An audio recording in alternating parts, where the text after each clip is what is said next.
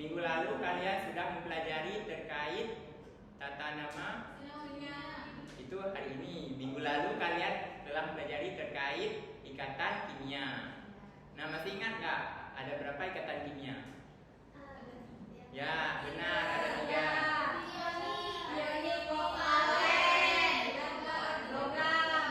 Oke, masih ingat ya? Nah, hari ini kita akan mempelajari tata nama dari senyawa-senyawa tersebut. Nah, untuk apa sih kita mempelajari tata nama ini? Yaitu untuk membedakan antara satu senyawa dengan senyawa lainnya. Nah, coba bayangkan misalnya di dalam kelas ini sama nih semua namanya. Pasti ketika Bapak panggil semua akan menoleh kan? Iya. Nah, contohnya tadi ada nama siapa? Anissa Diva sama Anissa Supriyani. Di sana Bapak panggil Anissa aja. Anissa pasti 2 orang ya yang menoleh kan? Nah, kecuali Bapak panggil Anissa Diva, berarti 1 orang aja itu yang Bapak maksud. Begitu juga untuk tata nama senyawa kimia hari ini. Untuk satu senyawa dia mempunyai 1 nama. Nah, baik. Bisa membantu Bapak untuk membaca tujuan pembelajaran kita hari ini. Siapa yang mau? Baik, Sarah. Tujuan pembelajaran kita pada pagi hari ini yang pertama ada peserta didik mampu membedakan senyawa ionik dan kovalen. Berikutnya yang kedua, peserta didik dapat menentukan nama senyawa berdasarkan rumus kimia dan sebaliknya untuk senyawa biner, ion poliatomik dan asam basa sesuai aturan.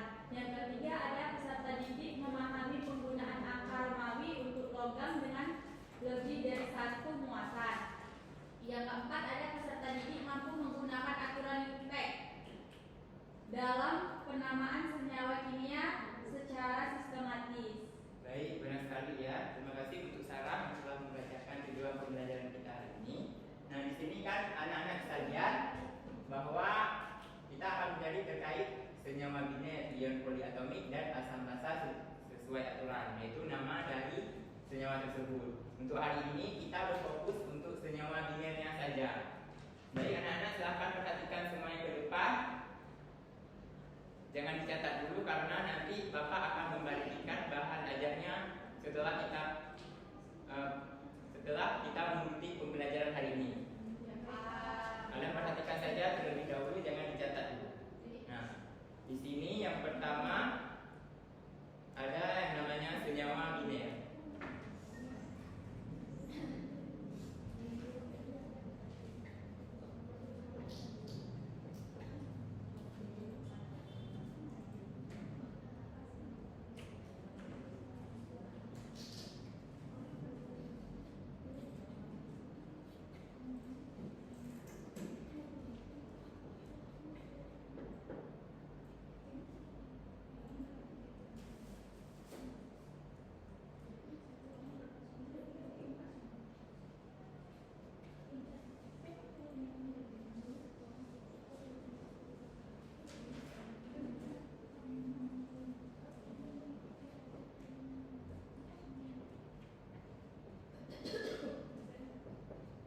Nah, anak-anak bisa lihat.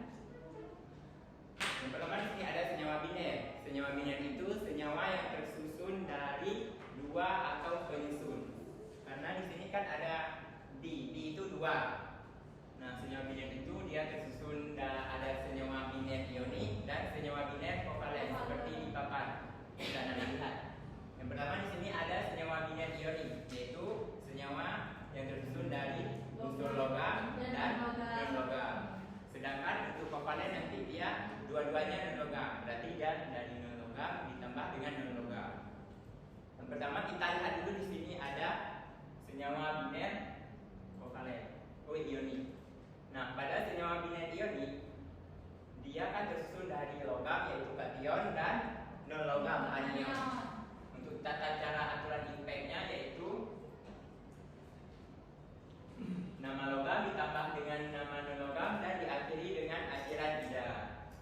Nah, dia akan terbentuk dari kation dan anion. Kemudian untuk aturan yang kedua, angka indeks diabaikan pada senyawa biner ionik. Karena angka indeks itu nanti dia tidak mempengaruhi nama. Nah, aturan ketiga, jika logam memiliki lebih dari satu bilangan oksidasi, contohnya pada logam transisi, maka penulisannya diikuti dengan angka Romawi dalam kurung. Langsung saja lihat, kita lihat contohnya. Nah, sebelumnya anak-anak perhatikan dulu di sini yang mana kation dan yang anion. Anak-anak ada bawa tabel periodik hari ini? Ada. Nah, di situ juga bisa dilihat di golongan 1A ada logam alkali, golongan 2A, golongan 3 dia 3A biasanya dia dikategorikan ke dalam senyawa, ke dalam unsur ionik. Nah, langsung saja ini NaCl. Nah, anak-anak pernah dengar nggak NaCl? Nah, Na dan Cl. Dia berarti terdiri dari unsur Na dan unsur Cl. Nah, unsur Na sendiri kita kategorikan dulu. Na ini dia termasuk ke dalam unsur ion logam atau non logam? Logam. Ya, dia logam, maka otomatis dia kan terdiri dari Na plus ditambah dengan Cl sehingga namanya yaitu Na natrium klorin dan Cl klorin. Sesuai aturan tadi ditambahkan aliran ida sehingga namanya klorida.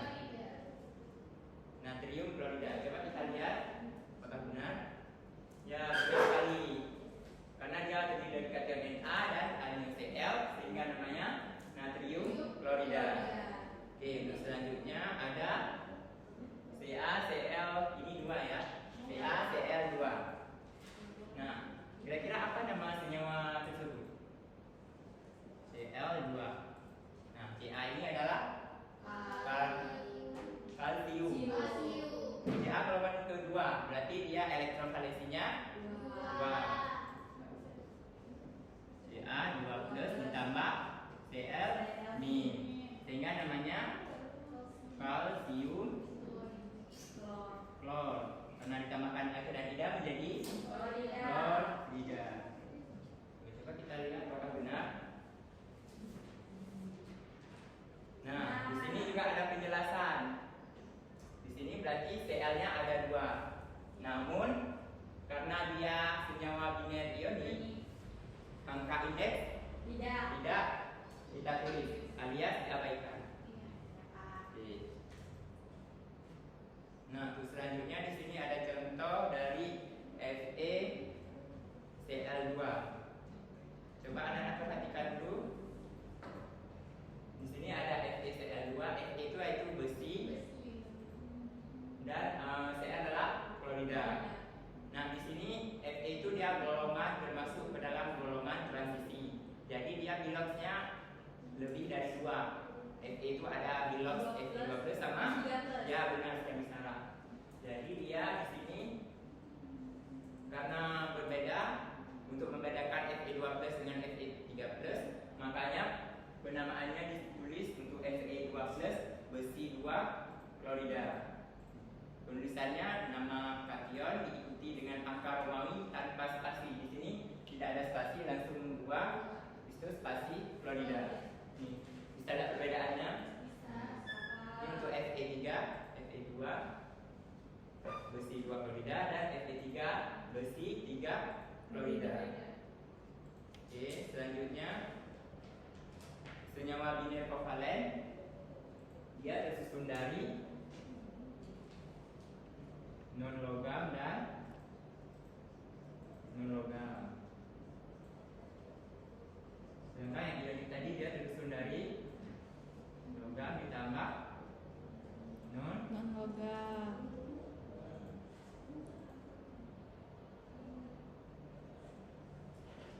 Nah, untuk aturannya juga sama seperti aturan pada aturan IOP untuk biner ionik.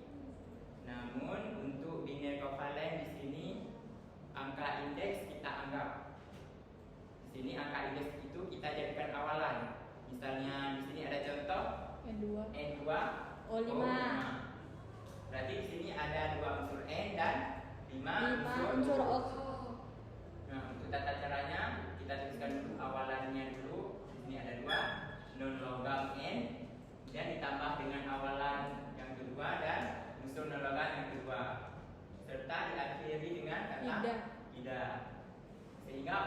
2O5 namanya Di 2 di, N-nya nitrogen, nitrogen, 5-nya penta, penta, O-nya oksida, oksigen, tambah ida. Ya, tambah ida benar. Sehingga namanya dinitrogen Pentaoksida. pentaoksida atau pentoksida. Oke, selanjutnya contoh yang kedua ada P4O6. P-nya ada 4 dan O-nya ada 6 sehingga namanya Tetra, awalan 4 tetra, awalan 6 hexa, sehingga namanya tetrafosfor heksaoksida Heksaoksida. atau heksaoksida. Nah, pengecualian juga apabila ada awalannya cuma satu, maka tidak ditulis awalan mono untuk senyawa untuk unsur yang pertama. Di sini karena N-nya 2, makanya G-nya ditulis. Ini ada contohnya di sini. Nah, ini CO. C-nya ada berapa di sini? Satu. O-nya Satu. ada juga. Sehingga namanya karbon monoksida. Karena awalan satu untuk unsur pada senyawa yang pertama tidak ditulis. Nah, di sini bisa anak-anak lihat mono diabaikan di depan karena unsur karbon unsur pertama pada senyawa CO. Iya. Sedangkan untuk O dia awalannya dianggap karena dia bukan Unsur kedua. unsur pertama, dia unsur yang kedua sehingga menjadi karbon monoksida. Nah, tadi kan O-nya 1 monoksida dan O-nya apabila 2 dioksida. Nah, tadi udah. di sini ada kalau 3 berarti karbon trioksida. Nah, di sini N-nya 2 karena unsur pertamanya lebih dari 1 Satu. maka angka indeksnya kita anggap. Ya, Nah, Pak. di sini menjadi dinitrogen Tetraoksida. Oke, udah paham ya. Ya, Pak. Oke. Di sini ada contoh untuk kalian lebih paham. Kita ambil satu dari A dari soal pertama dan satu dari soal yang kedua. Oke. Ini tabel untuk kita lihat supaya kita lebih mudah menjawab. Karena nanti kita mau ambil A, B atau C? B. B, oke boleh. B yaitu ada Li 2S. Ini ada Li 2S. Li dia unsur logam atau non logam? Logam. Berarti otomatis dia senyawa biner ionik. Oke, dia tersusun dari Li plus tambah O. S2 min. Sehingga namanya litium sulfida. Bukan di litium sulfida karena ini adalah biner Ionik. yang angka indeks yang Nggak dianggap dianggap. untuk biner Kovalen. Oke, benar. Untuk selanjutnya yang di bawah mau ambil soal yang beberapa. Gimana yang A aja? Oke, boleh. Yang A itu ada apa? Fosfor triklorida. Klorida. Nah, fosfor dia termasuk unsur Non logam. non-logam dan klor Non juga logam. non-logam. Berarti dia termasuk ke Kovalen. Kovalen. Biner kovalen. ya biner kovalen benar. Sehingga langsung saja kita tulis karena dia tidak berikatan secara ionik, langsung bisa kita tulis rumus kimianya. Ini ada fosfor. Rumus kimia fosfor adalah F. Fe. Fosfor Fe. Ya, Fe. Kalau F fluor. Fluor, iya, Pak. Nah, dan triklorida berarti klornya ada 3. namanya PCl 3. Tiga. Oke. Nah, selanjutnya di sini ada senyawa Na2O. Nah, siapa yang mau maju untuk jawab soal Na2O di sini? Nurahma, Pak. Oke, boleh silakan maju Dia Rahmannya. tidur tadi. Oke, maju terus. Karena kita jawab sama-sama, kita bimbing ke depan. Ini ada senyawa Yang benar. Na HO. Nah, ya, ayo dibantu sama kawan juga. Nah, Ya, Pak. kita tentukan dulu Na ini logam atau non Non logam. logam. Logam. Berarti dia termasuk ke dalam Biner ionik. dan udah tentunya non logam. Non logam. Nah, berarti Na2O ini dia tersusun dari, coba menurutnya buat seperti ini. Ya, karena dia tersusun dari atau Na plus dan O2 mini. Jadi tahu Pak. Sehingga namanya Namanya? Na dan Na apa? O oksigen ditambah akhiranida menjadi ya enggak oksigen. Apa namanya? Natrium. Oke, akan tulis namanya di bawah. Natrium oksida.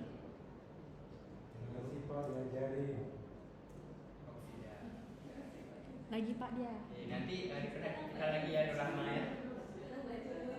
Ada lagi nih, siapa yang mau maju lagi? Nah, ayo kita cek, benar nggak Rahma Lina jawab? Benar. Ya, natrium oksida. Nah, selanjutnya di sini ada ada SO3. Nah, kira-kira apa nama senyawa di samping? Sulfur oksida. Oke, Mama Arif boleh lagi?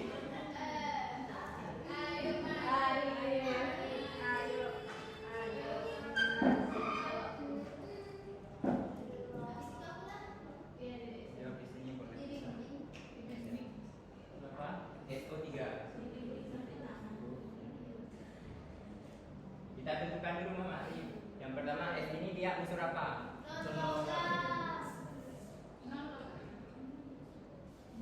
Kita tentukan dulu dia S non logam. Non logam. Sehingga dia termasuk ke dalam biner kovalen. Sehingga dia tidak berikatan secara ionik. Langsung saja kita tulis namanya. Di sini S ada berapa? Satu. Berarti Tidak ditulis. langsung saja sulfur. O-nya ada berapa? Ya, berarti pakai awalan tri. Namanya sulfur tri oksida. Oke, benar sekali. Ya. Oke, terima kasih Muhammad Arif. Yuk kita cek sama-sama. Benar nggak? Ya, benar. Sulfurnya tri oksida. Berikan A+ untuk yang maju.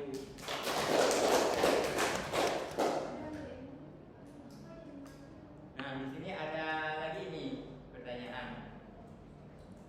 Tadi pagi kosong gigi nggak? Iya. Pakai odol. Ternyata di dalam pasta itu atau odol umumnya mengandung natrium fluorida. Nah, bagaimana sih rumus kimia dari senyawa tersebut? Ada yang mau maju ke depan? Tuliskan rumus kimia.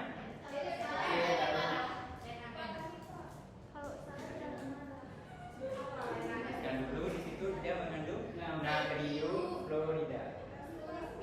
Ya, natrium fluorida.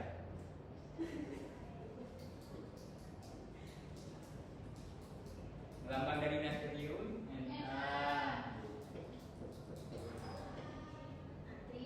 Na. Berarti dia unsur apa? Logam. Berarti kita tulis secara ionik. Berarti Na muatannya plus. Na plus ditambah dengan fluorida fluorin. Ya. F. Dia non logam dia Pak. Ya, benar non logam. Ya, ini sehingga menjadi Na.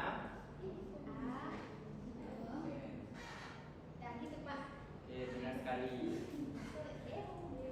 Nah, natrium fluorida itu sendiri yang ada di dalam pasta gigi ataupun odol, dia berfungsi sebagai zat untuk menjaga enamel gigi kita sehingga mencegah gigi dari Lubang.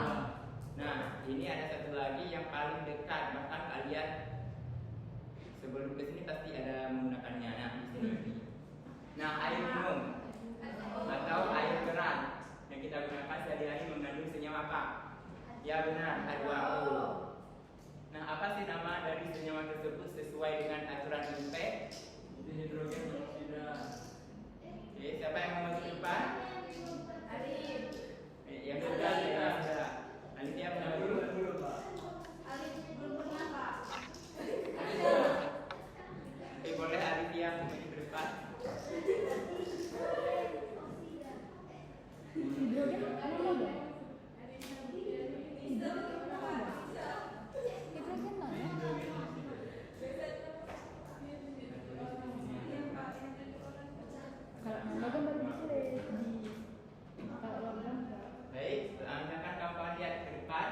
Kita tentukan dulu apanya. H itu unsur apa? Iya. Ya.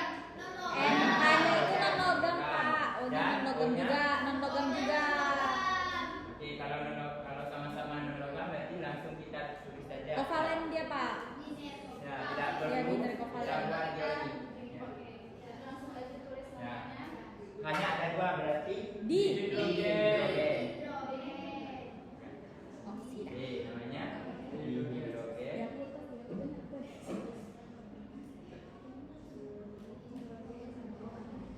Jadi itu sendiri. Nah, oksigen yang kedua dia ada berapa? Satu.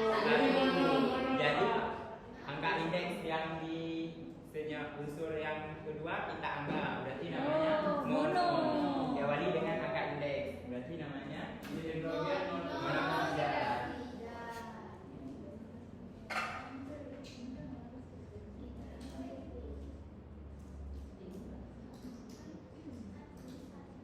Oke, benar sekali. Terima kasih kepada yang sudah maju. Kita beri aplaus kepada yang sudah maju tadi. Nah, siapa yang baru tahu bahwa H2 itu ada nama IUPAC-nya? Siapa yang baru tahu? Saya Pak, saya baru Ternyata tahu Pak. banyak yang baru tahu. Berarti hari ini kalian sudah mendapatkan ilmu. Ilmu. Nah, ternyata H2O itu namanya dihidrogen. Hidrogen monoksida. Itu nama IUPAC. IUPAC. Sedangkan nama pasarannya itu H2O Aqua air ataupun Aquades.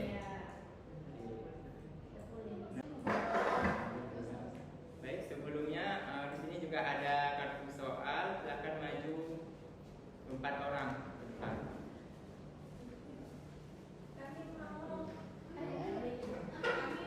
Baik, di sini ternyata perlunya 8 orang. Maju ke depan. Ya.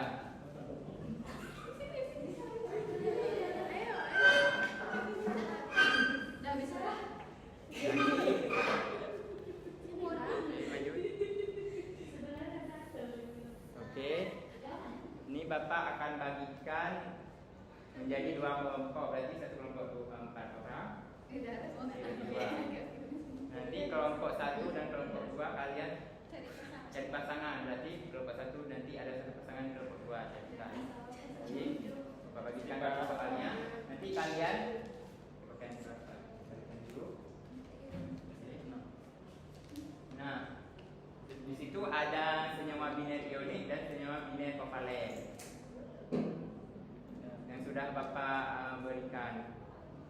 Di situ ada rumus kimia dan nama kimianya. Baik, silakan kalian cari pasangannya. Oke. Sulfur ini udah dapat Pak, udah.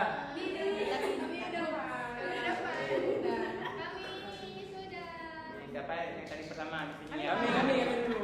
Baik, kalian dapat apa? Senyawa apa? Sulfur hexafluorida. Kami dapat biner kovalen Pak. Oke, rumus kimianya? SF6.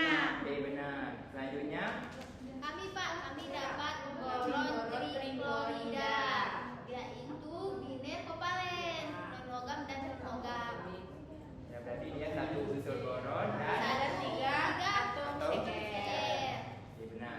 Selanjutnya, Kami dapat Ki biner ionik karena K merupakan logam. Ini namanya ionida, kalium ionida. ionida. Oke. Selanjutnya yang terakhir, Mereka dapatnya sengklorida. selain itu dia 2 plus dan Cl Cl-min. ini sehingga membentuk kata